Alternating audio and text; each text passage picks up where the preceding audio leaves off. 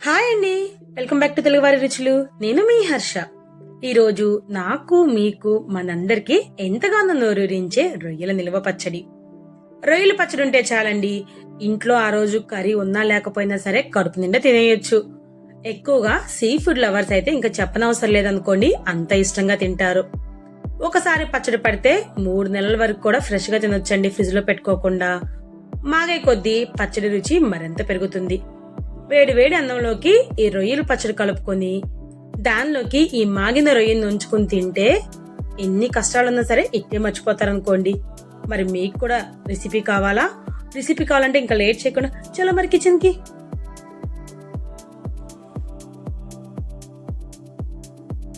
ఈ రొయ్యల పచ్చడి ప్రిపేర్ చేయడానికి నేను 1 కేజీ వరకు క్లీన్ చేసిన టైగర్ రొయ్యలు తీసుకున్నాను. చూసారా అవి ఎంత పెద్దదిగా ఉందో. దీనివల్ల పచ్చడి చాలా టేస్ట్ గా ఉంటది. ప్రతి రొయ్యని చూస్తే ఇదిగోండి, దాని బ్యాక్ సైడ్ ఈ విధమైన బ్లాక్ నరం ఉంది కదండి. కంపల్సరిగా దీన్ని సేఫ్టీ పిన్ తో గానీ లేదా ఈ విధంగా టూత్ పిక్ తో గానీ తీసేయాలి. ఈ నరంలోనే ఇసుక రేణువులు, చాలా విషపూరితమైన పదార్థాలు ఉంటాయంట.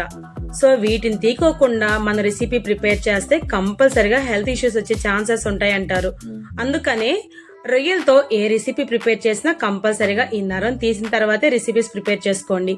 అప్పుడే రెసిపీ చాలా టేస్టీగా ఉంటాయి. సో ఈ రొయ్యలు మొత్తానికి ఇదిగోండి ఈ విధంగా నరాలు తీసేసుకుని రెడీ చేసుకుందాం. ఇప్పుడు వీటిని శుభ్రం చేసుకోవడానికి 1 స్పూన్ వరకు పసుపు, 1 స్పూన్ సాల్ట్ వేసుకుని ఒకసారి బాగా కలుపుకొని 10 నిమిషాలు పక్కన పెట్టుకోవాలి. 11వ నిమిషం 3 నుంచి 4 సార్లు ఫ్రెష్ వాటర్ తో క్లీన్ చేసుకుంటే వాటికి కొన్న నీచు వాసన కూడా పోతుంది. సో ఫైనల్లీ రొయ్యలు మొత్తాన్ని ఎటువంటి నీచు వాసన లేకుండా చాలా శుభ్రంగా చేసుకుందాం. ఇంకా స్టవ్ మీద ప్యాన్ పెట్టుకుని మనం క్లీన్ చేసుకున్న ఈ రొయ్యల్ని ఇందులోకి వేసుకుని అందులోకి 1 స్పూన్ పసుపు, ఇంకొక స్పూన్ సాల్ట్ వేసుకోవాలి. ఒకసారి బాగా తిప్పుకొని వీటిని 10 నిమిషాల పాటు ఉడికించుకోవాలి. ఈ విధంగా తిప్పుకుంటా ఉంటే రొయ్యల నుంచి వాటర్ అనేది రిలీజ్ అవుతుంది. ఈ రిలీజ్ అయిన వాటర్ మొత్తం మగ్గేంత వరకు మనం ఉడికించుకోవాలండి. ఒక 10 నిమిషాల పాటు వీటిని ఈ విధంగా ఉడికించుకుంటా ఉంటే మనకి 10 నిమిషాల తర్వాత వాటర్ మొత్తం మగ్గిపోతాయి. అదేవిధంగా రొయ్యలు కూడా చాలా పర్ఫెక్ట్ గా ఉడికేస్తాయి. ఇంకా ఉడికించిన ఈ రొయ్యల్ని మనం కొలుచుకోవాలి. కొలుచుకోవడానికి ఏదైనా మెజర్మెంట్ బౌల్ తీసుకోవాలి. నేను ఇక్కడ ఈ బౌల్ తీసుకున్నాను. ఈ బౌల్ మెజర్మెంట్ తో ఈ ఉడికించుకున్న రొయ్యల్ని కొలుచుకుంటే నాకు 2 బౌల్స్ వరకు వచ్చినాయి.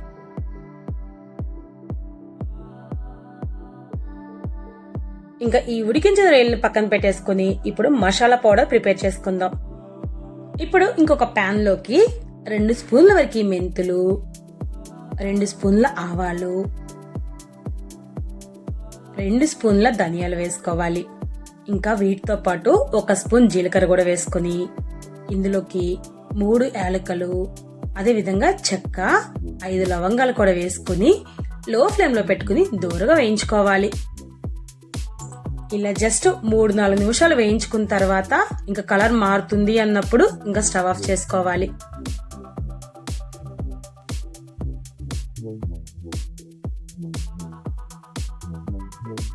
ఇలా వేయించుకున్న ఈ మసాలా దినుసుల్ని ఒక 2 నిమిషాల పాటు చల్లారి పెట్టుకుని వీటిని ఇప్పుడు ఒక మిక్సీ జార్లోకి వేసుకోవాలి. వీటిని అయితే మాత్రం మెత్తని పౌడర్ గా గ్రైండ్ చేసుకోవాలండి. ఇందులో ఎటువంటి వాటర్ వేయనవసరం లేదు. ఇంకా ఈ పౌడర్ ని ఓపెన్ చేస్తే ఇల్లంతా గుమాయించి కొడుతుందిలేండి వాసన అయితే మాత్రం. దీని వాసన పోకోకుండా ఇప్పుడు మూత పెట్టేసుకుని సైడ్ కి పెట్టేసుకుందాం మసాలా పౌడర్ ని. ఇంకా నెక్స్ట్ స్టెప్ లోకి ఒక డీప్ ప్యాన్ లోకి మనం తీసుకున్న 1 కేజీ రొయ్యలకి 300 గ్రాముల వరకు ఆయిల్ తీసుకుంటున్నాను. ఇందులోకి నేను 3 వంతులు పోసుకుని 1 వంతు పక్కన పెట్టుకుంటున్నాను. అదే విధంగా ఉడికించిన రొయ్యల్ని 2 పోర్షన్స్ గా డివైడ్ చేసుకుని నూనెలో వేసుకుని వేయించుకోవాలి. ఫస్ట్ పోర్షన్ వేసాక గరిటతో ఈ విధంగా తిప్పుకుంటూ మీడియం ఫ్లేమ్ లో ఉంచుకోవాలి. ఈ రొయ్యలకి లోపల బయట పచ్చిదనం పోయేంత వరకు మనం వేయించుకోవాలండి. ఇలా దాదాపు 15 నుంచి 20 నిమిషాలు వేయించుకుంటే గోల్డెన్ బ్రౌన్ కలర్ లోకి వస్తాయి. ఇంకా పైన కొంచెం క్రిస్పీ అవ్వాలండి. అప్పటి వరకు వీటిని ఫ్రై చేసుకోవాలి. అప్పుడైతేనే పచ్చడి ఎక్కువ రోజులు నిల్వ ఉంటుందనే విషయం మాత్రం మర్చిపోకండి. క్రిస్పీ అన్నాం కదా అని మరి డీప్ ఫ్రై చేసుకోవసరం లేదండి. ఇంకా ఇలా ఉన్నప్పుడు ఇంకా ఆయిల్ నుంచి సపరేట్ చేసుకుని ఒక ప్లేట్లోకి అయితే వీటిని తీసుకోవాలి.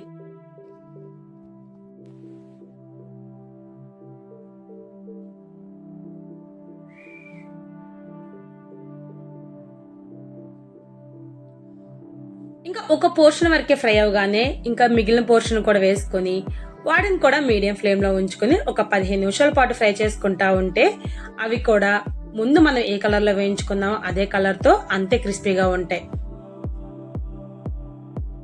ఇంకా సేమ్ కలర్ వచ్చేంత వరకు వీటిని కూడా ఫ్రై చేసుకున్న తర్వాత ఆల్రెడీ మనం ముందే ఫ్రై చేసుకునే కూడా ఇప్పుడు వీటితో పాటు కలుపుకొని 1 నిమిషం పాటు వేయించుకోవాలి.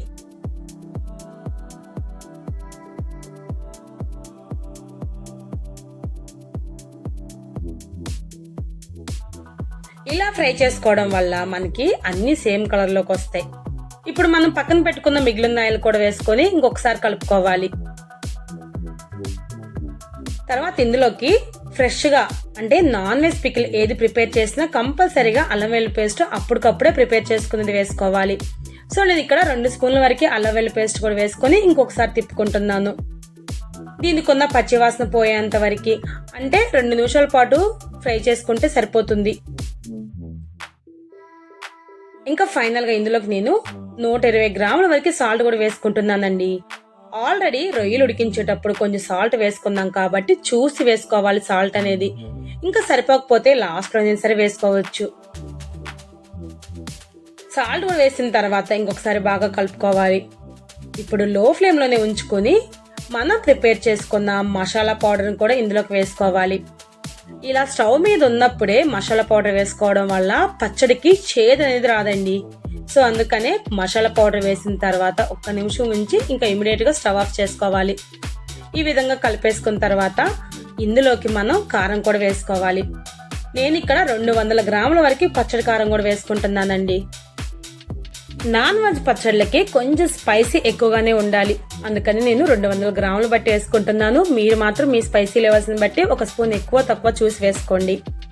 ఇంకా స్టవ్ కూడా ఆఫ్ చేసాం కాబట్టి ఈ విధంగా కంటిన్యూస్గా తిప్పుకుంటే ప్రతి రొయ్యకి కూడా కారం చాలా పర్ఫెక్ట్గా పట్టేస్తుంది. ఇంకా ఇలా కలుపుతూ ఉంటే చాలండి, ఆల్మోస్ట్ మనకి పచ్చడి వాసన ఇల్లంతా గుమాయించి కొట్టేస్తుంది అనుకోండి. చాలా టెంప్టింగ్లా అనిపించేస్తుంది. ఇలా కలుపుకొని ఈ పచ్చడిని 1 గంట సేపు పక్కన పెట్టుకుంటే అది పూర్తిగా చల్లారిపోతుంది. ఇప్పుడు ఫైనల్ స్టెప్లో ఇలా చల్లారిన పచ్చడిని ఇంకొకసారి బాగా కలుపుకోవాలి. పచ్చడి పూర్తిగా చల్లారిపోయిన తర్వాత ఇందులోకి 3 మీడియం సైజులో ఉన్న నిమ్మకాయల్ని రసం తీసి కలుపుకోవాలి. నిమ్మకాయ రసం అనేది కంపల్సరిగా పచ్చడి చల్లారిన తర్వాత మాత్రమే కలుపుకోవాలండి. ఏ మాత్రం వేడిగా ఉన్నప్పుడు కలిపితే పచ్చడికి చేదొస్తుంది. ఇంకా నిమ్మరసం కలిపిన తర్వాత ఇంకొకసారి బాగా తిప్పుకొని ఇలా కలిపిన ఈ పచ్చడిని 1 పూట మాగబెట్టండి. అంతేనండి, టేస్టీగా ఉన్న రొయ్యల పచ్చడి రెడీ అయిపోతుంది. ఈ ప్రాసెస్లో ఒకసారి కంపల్సరీగా మీరు ట్రై చేయండి. పచ్చడికి టేస్టీగా ఉంటుంది, అదేవిధంగా ఎక్కువ రోజులు నిల్వ కూడా ఉంటుంది. చూసారా రొయ్యల పచ్చడిని ఎంత సింపుల్గా చూపించానో. మరి మా ఛానల్ సబ్స్క్రైబ్ చేయరా? సబ్స్క్రైబ్ చేయండి. అదేవిధంగా మరిన్ని వీడియోస్ కోసం మా ఛానల్ ఫాలో అయిపోండి. Thank you for watching.